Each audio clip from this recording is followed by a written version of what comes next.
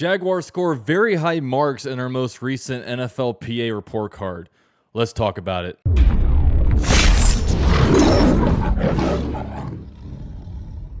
Now, before we get into this video, quick word from this video's sponsor, BetUS. BetUS, America's favorite sportsbook and casino. Live betting and racebook. We're celebrating 30 years with a historic offer. A 125% sign-up bonus on your first 3 deposits. Plus 10% gambler's insurance. Get started today. BetUS, where the game begins. So shifting gears on this week's lines that I'm interested in, I want to look at some college football futures, guys. And there's actually conference championship futures in the Power 4.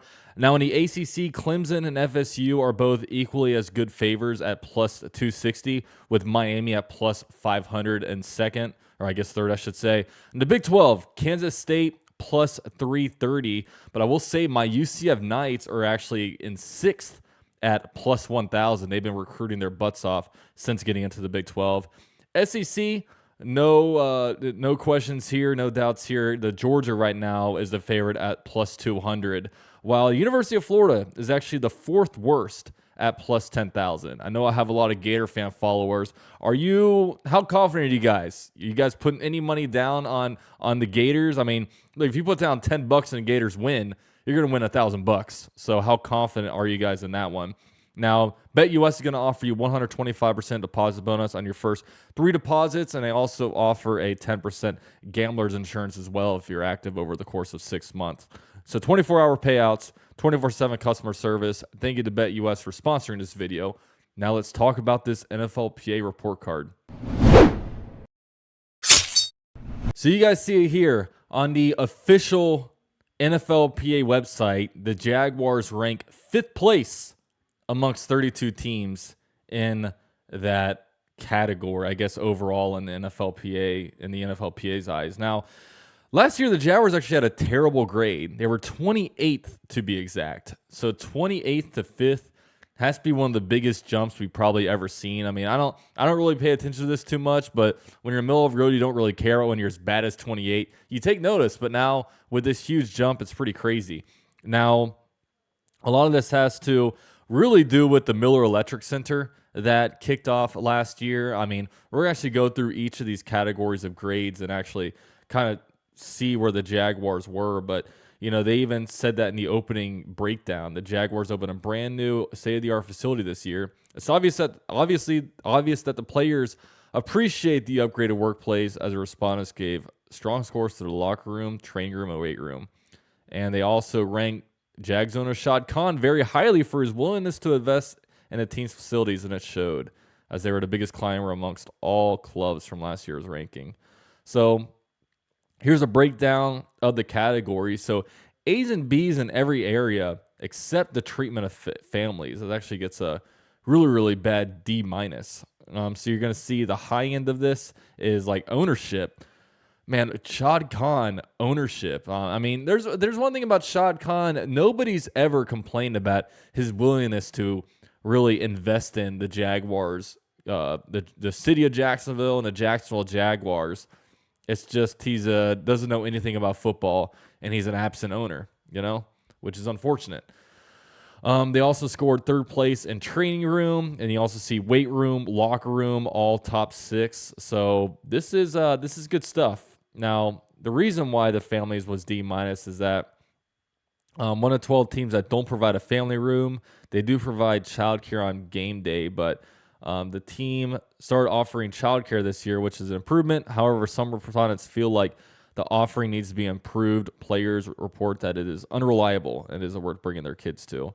So I imagine last year when the Jaguars got terrible grades, I imagine they really, really took a look at this thing. And, I guess at all this stuff, if I were to be ranked last in any category, it would probably be the treatment of families, especially if it's just the complaint is that they don't have daycare for the players or the players' kids during game day, which for me, like, honestly, I mean, for me, I'm playing a world's smallest violin, okay? These guys get paid millions of dollars, and they want to find babysitters to, watch their kids at the game. I don't know. It's that one I'm not as big on. But middle of the road and food and cafeteria, We'll see there. 15th amongst food taste and 13th amongst food friendliness or food freshness, so middle of the road. And 86% of players get an individualized plan, 13th overall. Locker room, 100% of the players feel like the locker room is big enough. And the players that say the only thing missing is that they don't have chairs. So come on, guys. Invest in chairs. You're going to see us go from the 6th ranked to maybe top 3. You know what I mean? Training room, 100% of the players feel like they have enough full-time trainers, 1st overall. Physical therapist, enough hot tub space, 1st overall, and cold tub space. So that's good. Training staff, 90% of the players feel like they receive enough one-on-one training, one-on-one treatment. And, weight room, this is ranked 4th. We've all seen the weight room. It's got like the garage opener into the practice facility or into the practice field, which is awesome. Strength coaches, B+, even though it's 21st. But, 94 players think it's good, so that's good. 5th in team travel. How about that? 97% of players feel like they have a comfortable amount of personal space during flights. The Jaguars do not require that any players have roommates before the game. I mean, I imagine this one's big. It'd be nice to just have your own room. Head coach, A-, but 19th overall. 80% of players feel like their head coach, Doug Peterson, is efficient with their time. So that's an interesting one. 80% of players, I guess, I don't know. I feel like that should be higher, right? But I imagine each player has their own different qualms. Players feel like Doug Peterson is somewhat willing to listen to the locker room. 22nd overall. I don't know. This one I'd rather kind of shoot up. But if you look at this, Shad Khan is number 3, 3rd ranked.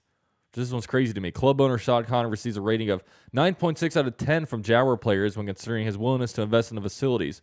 So players like Shad Khan, even though he's absentee, and look, this can't come at a better time than when you just opened a brand new state-of-the-art practice facility. Before the Jaguars, they were in a dungeon in the bowels of TIAA, Everbank Stadium, whatever you want to call it. And then now, we all know if we work jobs, just how critical having natural lighting is, having windows. You don't feel like you're in a prison cell. That's what they have going on there now. So, this is the list. I thought that one was interesting. Just kind of wanted to share it and go through it with you guys. So, let me know what your guys' initial thoughts were when you saw that. Now, to end this one, look, guys, we're at a leap day, February 29th. So, happy leap year to all you guys, all those who celebrate. Some important dates to keep in mind is that March 5th is the deadline to franchise tag. I imagine any day now we'll hear about the franchise tag being dropped on most likely Josh Allen, outside shot of Calvin Ridley. And March 13th is the start of the new NFL year. So I think March 15th is actually when you can, I forget. I think March 13th actually might be when you can technically officially sign players. So maybe March 11th is the day where you're going to start hearing this player agreed to the deal, this player agreed to the deal, stuff like that. So next 2 weeks will definitely be action-packed for what's been a pretty slow February for Jaguars news. Thank you guys for watching the video. Thank you to BetUS for sponsoring this video. Thank you guys for watching. Go Jags.